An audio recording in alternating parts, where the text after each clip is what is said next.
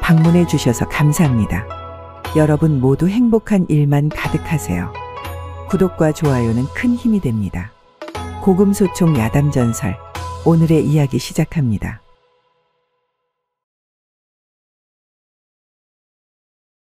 조선 중기 충청도 청주의 외딴 산골 마을에 민규라는 서자선비가 살고 있었습니다. 양반 김씨 가문의 처백에서 태어난 그는 천한 신분을 지녔지만 학문에 대한 집착은 누구보다 강렬하게 타오르는 불꽃과도 같았습니다. 조선의 엄격한 신분제 아래에서 서자는 과거 시험을 볼 자격조차 주어지지 않았지만 민규는 이런 운명을 받아들이지 않고 끊임없이 저항하는 마음을 품고 있었죠. 그런 민규의 삶은 고단하기 그지없었습니다. 낮에는 마을 사람들의 논밭에서 땀을 흘리며 힘겹게 일했고 여름이면 뜨거운 볕 아래 진흙투성이 논두렁에서 쟁기를 끌었으며 겨울이면 얼어붙은 손으로 땔감을 패는 나날을 보내곤 했죠. 그러다 밤이 깊어지면 초가집으로 돌아와 희미한 등불 아래 책을 펼쳤답니다. 기름이 떨어질 때까지 붓을 놓지 않으며 자신을 갈고 닦았고 그의 손은 거칠게 갈라져 피가 배어나올 때도 있었습니다. 눈 밑에는 늘 어두운 그늘이 드리워져 있어 그 피로가 고스란히 느껴졌답니다. 그는 스스로에게 조용히 속삭였습니다. 내가 서자라는 이유로 타고난 이 재능을 묻어둘 순 없어. 만약 기회가 온다면 반드시 내 손으로 운명을 바꿔놓고 말 거야. 마을 사람들은 이런 민규를 비웃으며 수군거렸습니다. 저 서자놈이 양반 흉내를 낸다더라. 제 분수를 모르는 꼴이 우습지 않느냐는 말들이 오갔고 어떤 이는 그가 지나갈 때 일부러 진흙을 튀기며 놀리기도 했습니다. 책이나 읽고 있으니 배고프진 않겠구먼 그래. 그러나 민규는 그들의 조롱을 무시하며 묵묵히 걸음을 옮겼죠. 책 속에서만 느낄 수 있는 자유와 희망이 그를 붙잡고 있었기 때문에 그는 그런 말들에 흔들리지 않고 자기 길을 걸어갈 수 있었답니다. 그러던 어느 날 밤, 민규는 책을 덮고 창밖을 바라보며 깊은 생각에 잠겼습니다. 이곳에서 언제까지 이렇게 처박혀 인생을 썩혀야 하는 걸까? 언젠가 나를 알아봐주는 이가 나타나겠지. 그날을 위해 내가 지금까지 버티고 버틴 거니까. 달빛이 그의 얼굴을 은은히 비추며 결의와 외로움이 뒤섞인 눈빛을 드러냈습니다. 그 눈빛은 밤하늘에 고스란히 반사되어 깊은 빛을 띄었죠. 바람의 도포가 흔들리자 멀리서 개 짖는 소리가 희미하게 들려왔는데 그 소리는 그의 고독한 마음을 더 깊이 어루만지는 듯했답니다. 그러던 어느 날 마을에 기쁜 소식이 들려왔습니다. 청주의 이름난 양반 가문 김판서 댁에서 손자의 글 공부 스승을 찾기 위해 사람을 보내왔다는 이야기가 들려온 것입니다. 김판서는 과거 병조참판을 지낸 인물로 그의 손자 김도령은 15살의 영특한 소년이었답니다. 민규는 마을 어귀에서 이 소식을 전해 듣고 심장이 쿵쾅 뛰기 시작했습니다. 밤새 고민한 끝에 결심을 굳혔죠. 과거는 못 보는 신세지만 김판서님 밑에서 인정받으면 내 인생이 뒤바뀔지도 몰라. 이건 하늘이 내게 준 천금 같은 기회야. 다음 날 아침, 민규는 김판서 댁으로 무작정 향했습니다. 산길은 가파르고 울퉁불퉁해서 발걸음마다 힘에 부쳤고 얇은 집시는 진흙에 푹푹 빠져 무겁게 젖었죠. 몇 번이나 미끄러져 넘어질 뻔했지만 그는 이를 악물고 다시 일어나 길을 재촉했습니다. 땀에 젖은 이마를 손등으로 닦으며 헐떡이는 숨을 골랐고 다리에 힘이 풀려도 멈추지 않았답니다. 마침내 마을 어귀를 지나 김판서 댁 대문 앞에 섰을 때 비로소 한숨 돌릴 수 있었습니다.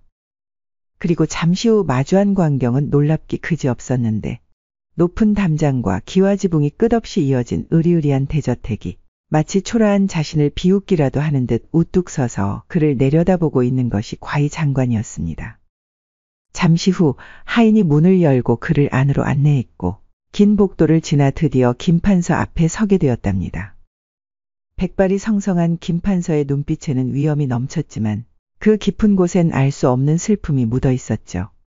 제가 비록 미천한 신분이오나 저를 받아주신다면 목숨을 다해 도련님을 가르치겠습니다. 김판서는 그의 굳은 눈빛을 한참 바라봤습니다. 처음엔 민규의 허름한 도포와 거친 손을 보고 미간을 찌푸렸죠. 그도 그럴 것이 조선의 양반으로서 서자를 스승으로 받아들이는 건 쉬운 결정이 아니었답니다. 저런 천한 자가 내 손자를 가르친다니. 체면이 어찌 되겠는가라는 생각이 그의 머릿속을 스쳤습니다. 그러나 민규의 단호한 눈빛과 떨리는 목소리에서 진심과 간절함을 느낀 그는 잠시 고민에 빠졌죠. 손자를 가르칠 스승을 찾던 중 마을 사람들 사이에서 민규의 학문과 인품에 대한 소문을 조금씩 듣고 있던 터라 그는 속으로 갈등했습니다. 서자라고는 하나 이자의 눈빛을 보아하니 보통은 아니겠어. 혹시 내 손자를 잘 이끌 수만 있다면. 한참을 침묵하던 김판서가 마침내 낮은 목소리로 입을 열었습니다. 그 눈빛이 심상치 않구나. 자네의 학문이 뛰어나다는 소문은 익히 들어 알고 있었네. 내 손자를 가르칠 스승을 찾던 참이니 한번 시험 삼아 믿어보겠네. 하지만 명심하게. 내 손자를 잘못 이끌면 결코 용서치 않을 것이야. 김판서의 말에 민규의 가슴은 순간 뜨거워졌습니다. 김판서의 목소리엔 엄중한 경고가 담겨 있었지만 그 안에서 한 줄기 신뢰가 느껴졌죠. 민규는 그 신뢰가 얼마나 소중한 기회인지 알았기에 속으로 다짐했답니다. 대감이 주신 이 소중한 기회를 절대 놓치지 않겠습니다. 그러나 그는 알지 못했습니다. 이 집에 발을 들인 순간 그의 꿈이 위험한 욕망과 얽히기 시작했다는 사실을 말이죠. 김판서 댁은 겉으로는 번듯한 양반 가문이었지만 그 안에는 깊은 상처가 숨겨져 있었습니다. 몇 년 전 김판서의 맏아들이 역병으로 세상을 떠나고 그와 함께 살던 젊은 부인 연하만 홀로 남게 된 것입니다. 23세 나이에 과부가 된 연하는 조선의 엄격한 예법에 따라 수절을 지키며 별채의 은둔에 살아가고 있었죠. 그녀의 삶은 고독과 슬픔으로 얼룩진 나날의 연속이었답니다. 하지만 그런 어둠을 밝힐 만큼 연하는 아름다운 여인이었습니다. 숨이 멎을 정도였죠. 긴 머리를 풀고 앉은 그녀의 하얀 얼굴은 달빛처럼 빛났고 얇은 상복 아래로 드러나는 부드러운 어깃줄은 고고한 기품을 뽐냈답니다. 하지만 그 눈에는 끝없는 고독과 슬픔이 담겨 있었죠. 매일 밤 그녀는 위패 앞에서 기도하며 조용히 속삭였습니다. 서방님, 제가 잘못 살아서 이렇게 홀로 남은 걸까요? 죽은 줄 알았던 이 심장은 왜 이렇게 아직도 생생하게 뛰는 걸까요? 당장이라도 이 별채를 뛰쳐나가 저작거리를 돌아다니고 싶은 마음은 어찌할까요? 저의 이런 더러운 마음을 어찌합니까, 서방님? 이런 불순한 생각이 들 때면 위패를 조심스레 어루만지며 자신을 끊임없이 채찍질해보지만 이내 곧바로 불쑥불쑥 솟아오르는 욕망은 그 크기를 가늠할 길이 없었으니 그저 눈물만 흘릴 뿐이었습니다. 이렇게 별채에서 생을 마감해야 한다니. 너무도 애통하구나. 내 팔자는 왜 이리도 기구할꼬. 그녀의 목소리는 한없이 작았지만 그 안에 담긴 아픔은 깊고 무거웠답니다. 별채는 연하에게 감옥과도 같은 곳이었습니다. 방 안은 습기가 차 있었지만 사람들의 눈초리를 피해 낮에는 창문을 굳게 닫고 지내야 했죠. 김판서는 별채에 함부로 드나드는 이가 없도록 철저히 감시했답니다. 별채로 통하는 문 앞에는 늘 건장한 하인들이 지키고 서 있었고 연하는 유일하게 몸종인 은비를 통해서만 물과 음식을 받아볼 뿐 외부 소식을 접할 기회는 거의 없었습니다. 그런 까닭에 집안 사람들조차 그녀를 보지 못한 지 오래되었죠. 다만 무난 인사를 위해 아들이 가끔 찾아오는 때를 제외하고는 말입니다. 그러다 어두운 밤이 되어서야 연하는 창문을 빼꼼히 열고 그 좁디좁은 세상을 향해 조용히 자문하곤 했답니다. 제 삶은 여기서 끝난 걸까요? 아니면 아직 살아있는 걸까요? 아니면 이미 죽은 걸까요? 밤하늘 아래 희미한 달빛이 산자락을 부드럽게 비추고 어둠 속에 잠긴 구름이 고요히 떠다녔지만 손이 닿는 별채의 창틀은 차갑기만 했습니다. 그 차가운 느낌이 연하의 마음을 더욱 무겁게 짓눌렀습니다. 더군다나 그녀의 삶은 단조롭기 그지없었습니다. 아침이면 위패에 물을 올리고 낮에는 방 안에서 바느질을 하며 시간을 보냈죠. 바늘이 천을 뚫을 때마다 한숨이 새어나왔고 그 소리는 고요한 방 안에 메아리쳤습니다. 그러다 밤이 되면 옛 기억이 습관처럼 떠올랐죠. 남편과 함께 보낸 짧은 나날들, 그의 따뜻한 미소, 그리고 갑작스레 찾아온 죽음이 그녀를 늘 괴롭혔죠. 그럴 때면 그녀는 멍한 눈으로 위패를 바라보며 혼잣말로 중얼거렸답니다. 제가 뭘 위해 이렇게 혼자 살아가는 걸까요? 서방님도 이곳에 없는데 무엇을 위해? 그녀의 목소리는 허공에 흩어졌고 방 안의 고요함은 그녀의 외로움을 더 깊게 만들었답니다. 민규가 도착한 날 김 판서는 그를 불러 단단히 경고했습니다. 자네, 별채 근처에는 얼씬도 하지 말게나. 내 며느리는 죽은 아들을 위해 충절을 지키는 여자야. 그 아이는 내 아들의 마지막 흔적이네. 그럴 일 없겠지만 노파심에 미리 알려두는 걸세. 목소리는 단호했지만 그 끝에 살짝 떨림이 느껴지는 것이 김 판서의 깊은 상처를 드러내는 듯했답니다. 민규는 알았다는 듯 고개를 끄덕였지만 오히려 연하에 대한 궁금증이 자라기 시작했습니다. 그녀는 어떤 사람일까? 별채는 담장 너머로 희미하게 보이는 작은 건물이었고 창문은 늘 닫혀 있었죠. 그는 그곳에서 느껴지는 묘한 기운을 무시할 수 없었습니다. 마치 그곳에 설명할 수 없는 무언가가 있는 듯한 느낌이었답니다. 그러던 어느 날이었습니다. 몸시중을 드는 하녀 은비가 물을 가져오며 연화에게 무심코 말하는 것이었습니다. 아씨마님, 새로운 도련님 스승님 말입니다. 서자라고 하던데 참 똑똑해 보이세요. 도련님도 많이 따르고요. 그 말에 연화가 창문을 빼꼼히 열더니 창문 너머를 내다봤습니다. 멀리 정원에서 민규가 김도령과 웃으며 책을 읽고 있었죠. 도령이 잘못 읽은 글귀를 고쳐주며 손으로 종이를 짚어주는 민규의 모습이 눈에 들어왔습니다. 그의 따뜻한 눈빛과 단단한 목소리가 바람에 실려 희미하게 들려왔는데 그 소리는 연화의 메마른 마음에 작은 파문을 일으켰답니다. 저 사람은 어쩐지 따뜻해 보이는구나. 나도 저런 일을 곁에 뒀다면. 그녀는 스스로를 다잡으며 창을 닫았지만 마음 한구석에 억눌렸던 갈망이 스며들기 시작했죠. 며칠 뒤 은비가 또 말했습니다. 그 선비님, 밤마다 책 읽는 소리가 별채까지 들리던데요. 참 열심히 해요. 어젯밤엔 새벽까지 불을 끄지 않으시더라고요. 연하는 멍하니 굳게 닫힌 창문을 바라보며 젊은 시절을 떠올렸습니다. 시집 오기 전 시를 짓고 꽃을 꺾으며 웃던 소녀로 살았던 날들이 스쳐 지나갔죠. 잠시 후 서랍장 깊은 곳에 넣어두었던 오래된 시집을 꺼내 먼지를 털어내며 혼잣말을 했습니다. 열심히라. 나도 한때는 꿈이 있었는데. 민규라 했던가. 그 이름이 왜 이렇게 마음에 박히는 걸까? 연하는 전혀 알지 못했습니다. 이 작은 불씨가 그녀를 위험한 길로 이끌게 될 거라는 사실을 말이죠.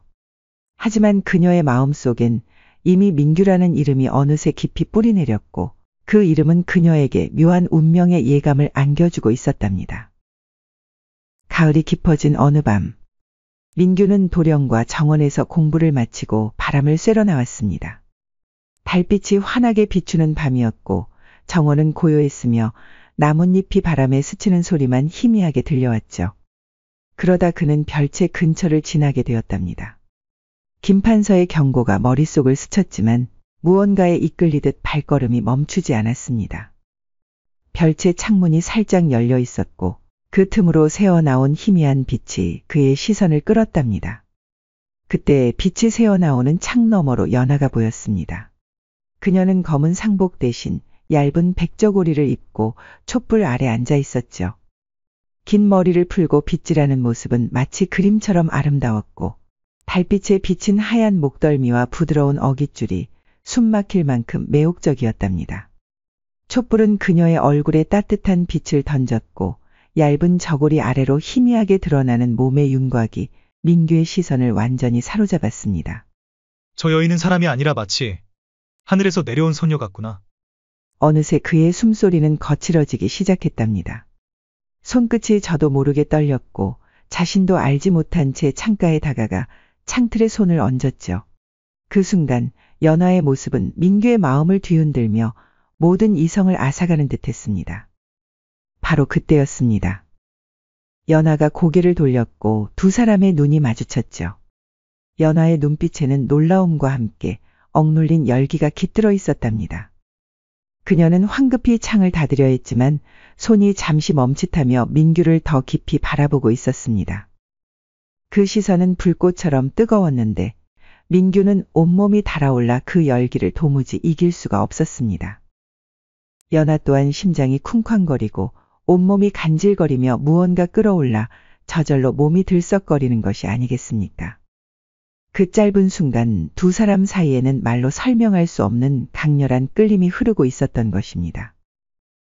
그렇게 얼마의 시간이 흐르고 연화의 손에서 빗이 떨어져 바닥에 부딪히는 소리가 고요한 방을 깨웠답니다.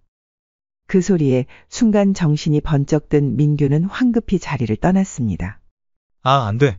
그녀는 김판서님의 며느리야. 내가 무슨 생각을 한 거지? 민규는 황급히 정원으로 돌아와 손으로 얼굴을 감싸쥐었습니다. 차가운 밤 공기가 뜨겁고 거친 숨을 식혀주리라 생각했지만 마음은 전혀 진정되지 않았답니다. 그날 밤 그의 꿈속은 연화의 모습으로 온통 가득 찼습니다. 얇은 저고리 사이로 드러난 실루엣과 깊은 눈빛이 그의 머릿속을 떠나지 않았습니다. 잠결에 몇 번이고 그는 그녀의 이름을 속삭였죠. 연아. 연아. 이리 오시오, 연아. 연화도 잠을 이루지 못하긴 마찬가지였답니다. 빗을 떨어뜨린 손을 내려다보며 혼잣말을 중얼거렸습니다.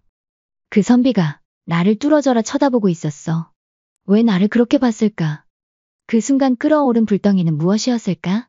그 말이 끝나기가 무섭게 연화는 위패를 쳐다보며 죄 지은 사람처럼 조용히 속삭였습니다. 서방님, 저를 용서하세요. 제 마음이 흔들리고 있어요. 이 불순한 마음을 어찌 정화시키리오.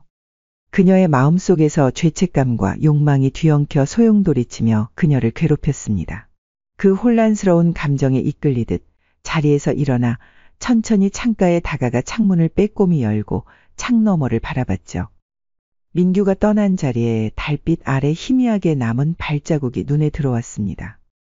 그 흔적은 그녀의 가슴에 깊은 울림을 남겼답니다. 며칠 뒤 연하는 떨리는 목소리로 은비에게 물었습니다. 은비야, 그 선비님 이름이 뭐라고 했더라? 선비라고 하시면, 아, 민규 선비님 말씀이십니까? 근데 왜 그러십니까요? 아니, 아무것도 아니다. 우리 아이를 성심껏 잘 돌봐주신다길래 신경 쓰지 말거라. 맞아요. 도련님이랑 정원에서 공부하는 모습이 꼭 형제 같기도 하고 아버지와 아들 같기도 하고 하여간 묘하게 잘 어울리는 사제지간입니다. 그렇구나. 참으로 고마우신 분이구나. 나 대신 우리 아이를 잘 돌봐주신다니. 민규라. 하지만 연하는 민규라는 이름을 되뇌이다가도 습관처럼 위패를 바라보며 말했습니다. 민규. 어찌하여 이 이름이 자꾸 머릿속을 맴도는 걸까요? 서방님, 내가 미쳤나 봅니다. 어찌해야 좋을까요? 그렇게 날이 갈수록 민규를 향한 끌림은 점점 더 깊어져 갔습니다. 마음속에서 피어나는 이 감정은 그녀를 어지럽게 했지만 어쩐지 운명처럼 느껴지기도 했죠. 이 만남은 시작에 불과했으나 두 사람의 욕망은 이제 걷잡을 수 없이 타오르기 시작했습니다. 그들의 시선이 마주친 그 찰나 이미 운명의 실이 얽히기 시작했는지도 모를 일이었답니다. 며칠 뒤 결국 연하는 은비를 통해 민규에게 쪽지를 보내기로 결심했습니다. 떨리는 손으로 종이에 글을 한자 한자 써내려갔습니다. 오늘 밤 별채로 와주세요. 기니 할 말이 있습니다. 보는 눈이 많으니 몰래 오셔야 합니다. 붓끝이 흔들려 잉크가 번졌지만 그대로 은비에게 건넸습니다. 연하의 마음은 이미 혼란과 갈망으로 가득 차 있는 상태였죠. 잠시 후 은비는 떨리는 손으로 민규에게 쪽지를 전해주었습니다. 날이 아씨마님께서 전해주라고 하셔서. 이것이 무엇이더냐? 별채마님께서 무슨 일로? 민규는 호기심 가득한 표정으로 쪽지를 조심스럽게 펼쳤습니다. 그러더니 순간 눈이 휘둥그레지며 쪽지를 쥔 손을 살짝 떨었는데 어느새 온몸이 새빨갛게 달아올라 있는 것이었습니다. 이건 위험해. 하지만 무슨 일인지 궁금해서 잠깐이라도 가는 건 괜찮겠지? 연하의 편지를 받고 하루 종일 싱숭생숭한 마음을 다잡으려 애썼지만 정원에서 김도령에게 공부를 가르치며 몇 번이나 글을 잘못 읽을 정도로 집중을 할 수 없었죠. 여느 날과 다른 스승의 모습에 김도령이 의아한 눈초리로 물었습니다. 스승님, 오늘 왜 그러세요? 무슨 일 있사옵니까? 왜 그러는 게냐? 아무 일도 없느니라. 자, 계속하자꾸나. 민규는 웃으며 얼버무렸지만 속으로는 연하의 얼굴이 계속해서 떠올라 집중을 할 수 없었습니다. 밤이 되자 결국 그는 몰래 별채로 향했습니다. 달빛 아래 그림자가 길게 늘어졌고 발소리가 고요한 마당을 울렸습니다. 별채 문 앞에 서자 그의 심장은 터질 듯 뛰었답니다. 떨리는 손으로 조심스럽게 방문을 열자 연아가 홀로 촛불 옆에 앉아 있었습니다. 얇은 저고리 사이로 드러난 어깨와 깊은 눈빛이 민규를 흔들었고 방 안은 고요했으며 촛불이 두 사람의 그림자를 벽에 드리웠죠. 연아는 민규를 보자 자리에서 조용히 일어났습니다. 민규를 바라보는 그녀의 눈엔 복잡한 감정이 스며 있었답니다. 선비님, 그날 밤 이후 제 마음이 매우 혼란스럽습니다. 당신을 보면 잊고 싶었던 감정이 되살아나 온몸이 뒤틀려 견딜 수가 없사옵니다. 부디 저를 외면하지 말아주세요. 그녀의 목소리는 낮았지만 절절하게 울렸습니다. 그녀의 말은 오랫동안 억눌렸던 갈망이 터져나온 듯해 보였죠. 부인, 나 역시 그날 이후 당신을 잊을 수 없었습니다. 당신을 떠올릴 때마다 내 가슴이 타들어가고 녹아내리는 것만 같았습니다. 그 말과 함께 민규가 연아에게 한 걸음 다가서자 연아 역시 한 걸음 다가서니 곧 숨이 맞닿을 정도의 거리가 되었답니다. 충절을 지켜야 할 여인의 운명이지만 제 심장은 왜 이렇게 뛰는 걸까요, 선비님? 연아의 손이 민규의 소매를 스치는 순간 바람이 불며 촛불이 꺼졌습니다. 어둠 속에서 두 사람의 숨소리만 가득 찼고 연아의 손이 민규의 팔을 따라 올라가고 있었죠. 민규는 그 따뜻한 온기에 몸이 굳어 옴짝달싹하지 못하고 있었답니다. 그렇게 두 사람 사이엔 말로 설명할 수 없는 긴장감이 흐르고 있었습니다. 안 됩니다. 대감님의 은혜를 배신할 순 없습니다. 제가 여기 온 건 잘못입니다. 이만 돌아가 보겠습니다. 민규가 이를 악물고 한 걸음 뒤로 물러섰지만 연아가 애타게 울부짖으며 말했답니다. 나리, 더 이상 물러서지 마세요. 저를 외면하는 순간 저는 자결할 것입니다. 충절을 지켜야 할 수절 과부가 사내를 방 안에 들였으니 살 도리가 있겠습니까? 그러니 부디 저를 외면하지 마세요. 애타게 울부짖으며 연아는 민규의 옷자락을 붙잡았고 민규는 차마 그 손을 뿌리치지 못했습니다. 그리곤 이내 둘 사이의 거리는 더욱 가까워졌고 숨결은 거의 하나가 될 지경에 이르렀답니다. 연아의 눈에 담긴 고통과 갈망이 그의 결심을 흔들었고 민규는 자신이 이 순간을 얼마나 갈망했는지 결국 깨닫게 되었죠. 그 순간이었습니다. 밖에서 시끄러운 발소리가 들리는가 싶더니 하인 돌쇠가 눈치를 채고 소리를 치는 것이었답니다. 누구냐? 누가 감히 아시마님의 방에 침입한 것이냐? 예상치 못한 상황에 민규는 황급히 방을 빠져나왔습니다. 문을 열고 뛰쳐나가 담장 뒤로 몸을 숨겼죠. 하지만 민규의 뒷모습을 본 돌쇠는 당장에 김판서에게 달려가 고했답니다.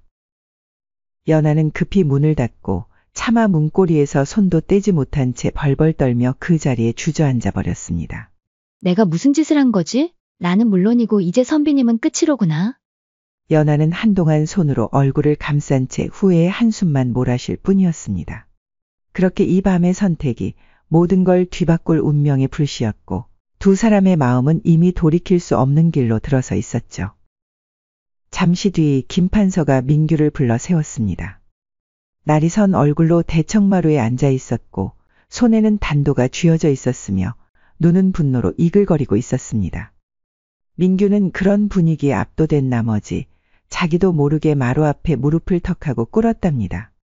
돌쇠는 방금 본 일을 보고하며 숨을 몰아쉬었고 민규의 심장은 불안으로 쿵쾅쿵쾅 뛰고 있었습니다. 자네, 돌쇠가 방금 말한 것이 모두 사실인가? 내 며느리 방에서 민규 자네가 뛰쳐나오는 것을 보았다는데. 사실이옵니다, 대감. 죽을 죄를 지었나이다. 김판서는 그 말을 듣자마자 분노가 폭발했답니다. 내 이놈, 감히 내 며느리 방에 들어간 것이더냐? 내가 일찍이 너에게 경고하지 않았더냐? 내 은혜를 배신했구나, 배은망덕한 놈. 대감, 이놈을 죽여도 할 말이 없습니다. 하지만 결단코 부인을 더럽히지 않았습니다. 제발 믿어주세요. 변명을 하는 민규의 목소리는 사시나무처럼 떨렸고 손으로 땅을 짚은 채 망부석 마냥 굳어 있었습니다. 민규를 뚫어져라 바라보던 김판서는 단도를 치켜들고 격분하며 말했답니다. 내 아들이 죽은 것도 원통한데 내 놈이 우리 가문을 더럽히기까지 하였으니 너의 목을 베는 게 내 아들에 대한 마지막 도리일 것이다. 치켜든 칼날이 푸른 달빛에 번뜩이며 민규의 얼굴에 차갑게 반사되는 일촉즉발의 순간이었습니다. 그때였습니다. 연아가 문을 박차고 들어와 김판서의 팔을 붙들고 말했답니다. 아버님 제발, 제가 선비를 부른 것입니다. 저 사람은 아무 잘못이 없사옵니다. 저를 벌하세요. 자신 앞에 무릎을 꿇고 눈물을 흘리며 사정하는 연하의 모습에 충격을 받은 김판서는 단도를 바닥에 떨어뜨리며 맥없이 말했답니다. 연아, 내가 어찌 이런 짓을. 어찌 너는 저놈의 편을 드는 것이더냐. 그러더니 이내 사나운 눈초리로 연하의 팔을 붙잡고 소리쳤습니다. 너는 내 아들의 충절을 지켜야 할 여자다. 그런데 서자와 눈이 맞아. 내가 정령 죽기를 바라는 것이더냐?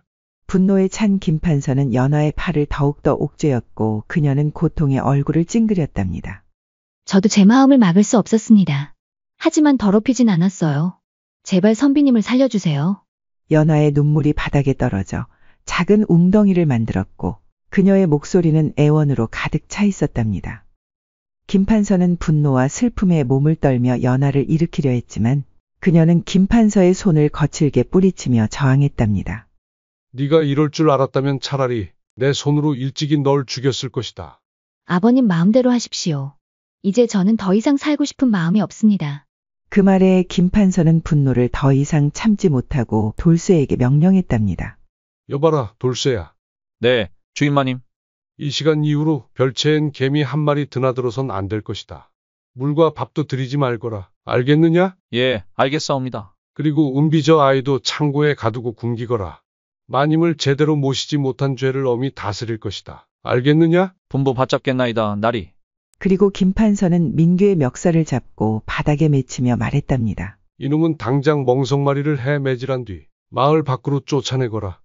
그때였습니다. 할아버지의 분노 서린 목소리를 듣고 달려온 김도령이 황급히 김판서의 앞을 가로막으며 말했답니다. 할아버님, 스승님을 매질하고 내쫓으신다면 저도 이 집에서 나가겠습니다.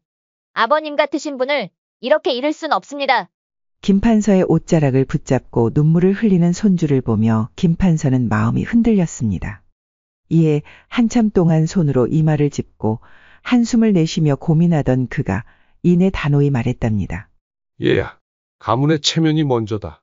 네 애미와 스승의 일은 있어서는 안 되는 일이니라. 할애비가 알아서 할 것이니 어른들 일에 참견하지 말거라. 알겠느냐? 돌쇠는 게 서서 무엇을 하는 것이더냐?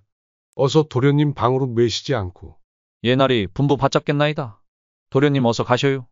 그리고 김판서는 집안 사람 모두를 불러 입조심할 것을 당부했답니다.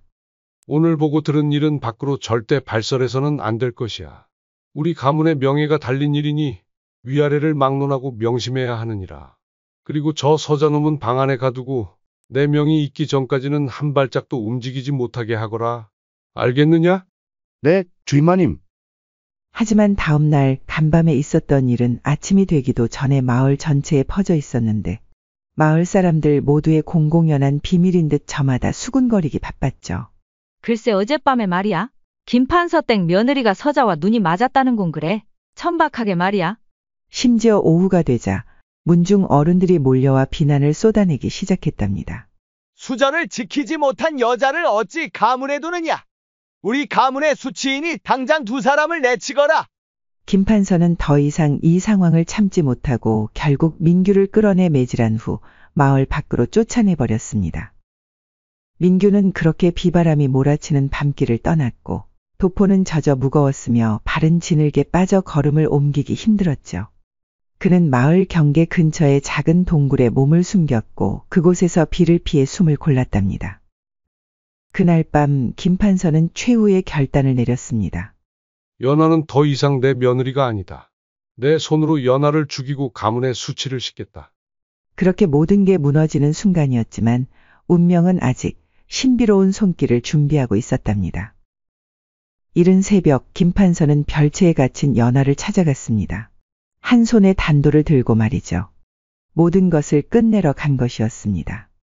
하지만 연하 앞에 서자 차마 그녀를 뵐 엄두가 나질 않았답니다. 그런 김판서를 지켜보던 연하는 창백한 얼굴로 조용히 말했습니다. 아버님, 머뭇거리지 말고 저를 죽이세요. 제가 잘못했어요. 저는 가문의 수치입니다. 죽어 마땅해요. 여전히 단도를 지켜든 손은 떨렸고 그의 눈엔 깊은 슬픔이 차올라 있었죠. 김판서는 침묵 속에서 그녀를 바라봤습니다. 그러다 낮은 목소리로 연하에게 물었답니다. 연하야, 너는 정말 그 선비가 마음에 드는 것이더냐? 모르겠어요, 아버님. 하지만 그를 볼 때마다 제 심장이 살아나는 기분이었습니다. 죽은 줄 알았던 제가 다시 숨을 쉬고 있었어요. 연하는 북받치는 듯 가슴을 누르며 두 뺨 가득 뜨거운 눈물을 쏟아내며 대답했답니다. 연하의 애잔하고 불쌍한 모습은 김판서의 마음을 흔들었지만 그는 여전히 분노와 슬픔 사이에서 갈등하고 있었죠. 오늘은 아무래도 우리의 인연을 끝낼 날이 아닌 모양이로구나. 다음에 다시 오마. 그땐 널 반드시 베어 가문의 수치를 씻을 것이니라. 연하는 그런 김판서를 그저 눈물로 바라볼 뿐이었답니다. 그날 밤 김판서는 이상한 기운에 잠을 이루지 못했답니다. 방 안에 홀로 앉아 아들의 위패를 바라보던 그는 갑작스레 바람이 문을 흔드는 소리에 고개를 들었습니다. 그러자 놀라운 일이 벌어졌습니다. 창밖에서 안개가 걷히며 희미한 빛이 스며들더니 죽은 아들의 모습이 어렴풋이 나타난 것이었답니다. 김판서는 숨을 멈췄고 심장이 쿵쾅쿵쾅 뛰기 시작했죠. 아들은 창백한 얼굴로 그를 바라보며 나지막이 말했습니다. 아버님, 이제 그만 저를 놓아주세요. 연하와 민규의 인연은 하늘이 정한 운명입니다. 그들을 품어주시면 우리 가문이 다시 빛을 보고 크게 될 거예요. 그 목소리는 바람처럼 부드럽고도 강렬하게 김판서의 마음을 파고들었답니다. 그는 눈물을 흘리며 아들을 향해 손을 뻗었지만 아들의 모습은 안개 속으로 서서히 사라져버렸습니다. 일순간 방 안은 다시 고요해졌고 김판서는 위패를 내려다보며 온몸을 떨었답니다. 내 아들이 정말로 원하는 일이란 말인가? 이게 하늘의 뜻이라면 내가 어찌 거역할 수 있겠어? 그 환영은 김판서의 마음에 깊은 흔적을 남겼습니다. 그는 아들의 죽음 이후 늘 죄책감과 그리움에 시달려왔고 아들을 잃은 아픔이 깊어질수록 연하에게 충절을 강요하며 스스로를 다잡아왔던 것이었죠. 하지만 그 순간 문득 깨달음이 찾아왔습니다. 연하에게 강요했던 그 충절이 아들을 잃은 상실감을 붙잡으려는 그의 간절한 욕심이었다는 것을 말입니다. 다음 날 아침, 김판서는 손주를 불러 앉혔습니다. 손자가 민규를 어떻게 생각하는지 들어보려는 것이었죠. 단순한 충동이 아니라 아들의 부탁을 되새기며 결정을 굳히기 위한 첫걸음이었답니다. 아가, 내 스승에 대해 어떻게 생각하느냐? 그를 떠나보낸 게 옳았던 것 같으냐? 스승님은 저를 진짜 아껴주셨습니다. 마치 저에게 없던 아버님이 생긴 것 같았어요. 할아버님, 제발 스승님을 다시 불러주세요. 뜨거운 눈물을 흘리며 간청하는 손주의 모습에 김판서는 가슴이 아팠답니다. 아들의 환영과 손주의 말이 겹치며 그의 마음을 뒤흔들었죠. 내 아들이 말한 운명이란 게 정말이라면 내가 이들을 품어야 하는 걸까? 한참을 고민하던 김판서가 결국 하인 돌쇠를 불러 명령을 내렸답니다. 지금 당장 민규를 찾아오너라. 마을 밖을 샅샅이 뒤져서 그를 다시 데려와야 한다. 알겠습니다, 주인마님. 그렇게 돌쇠는 곧장 마을 밖으로 달려갔고 비바람 속에서 지친 민규를 찾아냈답니다. 민규는 동굴에서 비를 피하며 몸을 웅크리고 있었는데 돌쇠의 목소리에 놀라 고개를 들었죠. 선비님, 대감님께서 다시 불러오라 하셨습니다. 어서 저를 따라오세요. 민규는 혼란스러웠지만 돌쇠를 따라 집으로 돌아왔습니다. 비에 젖은 도포는 무거웠고 그의 발걸음은 불안감으로 떨렸지만 무언가 달라질지도 모른다는 희미한 기대가 피어올랐답니다. 돌쇠는 민규를 김판서 앞에 데려왔고 민규는 다시 무릎을 꿇고 머리를 조아렸습니다. 민규를 지켜보던 김판서가 무겁게 입을 열었습니다. 자네, 연하에게 진심인가? 날이 송구하오나 연하 아씨를 본 순간부터 지금까지 제 목숨을 걸고 진심으로 연모했습니다. 절대 거짓이 아니옵니다. 민규의 말에 김판서의 얼굴에 희미한 미소가 번지는가 싶더니 말을 이어갔답니다. 내 아들이 살아있었다면 자네와 같은 답을 했을 걸세. 자네를 보면 죽은 내 아들이 생각나네. 그러고 보면 내가 아직도 아들을 놓지 못하고 있었던 것 같네. 그래서 며느리에게도 충절을 강요했던 것 같고 어리석어서 이기적이고 이제야 비로소 내가 연하를 가두는 건 내 아들을 다시 죽이는 꼴이란 걸 깨달았다네. 그래서 아들의 말을 믿어보기로 했어. 내 아들이 그러더군. 너희의 인연이 하늘의 뜻이고. 도대체 무슨 말씀을 하고 싶으신 건지. 자네가 진심이라면 내 아들이 되어 연하와 혼인하게. 그래서 우리 가문을 크게 빛내주시게. 나리. 민규는 이 상황이 믿기지 않아 그저 어리둥절한 표정으로 김판서를 바라볼 뿐이었습니다. 연아도 별채에서 이 소식을 듣고 목 놓아 울며 말했답니다. 이게 정말일까요? 서방님. 서방님 미안해요. 그리고 고마워요. 그리고 며칠 뒤 김판서는 마을 사람들 앞에 나가 선언했답니다. 내 가문의 법도는 내가 정하는 것이오.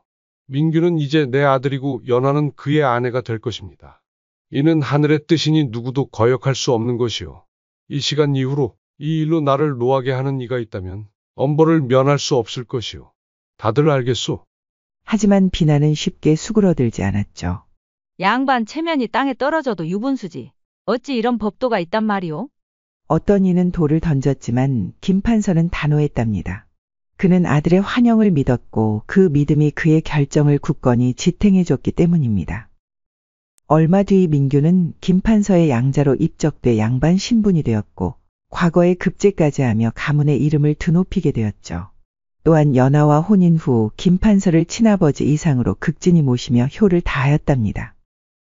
혼례 첫날 밤 연아는 민규의 손을 잡고 말했습니다. 당신 덕에 제가 다시 살았어요. 우리 함께 새 삶을 만들어가요.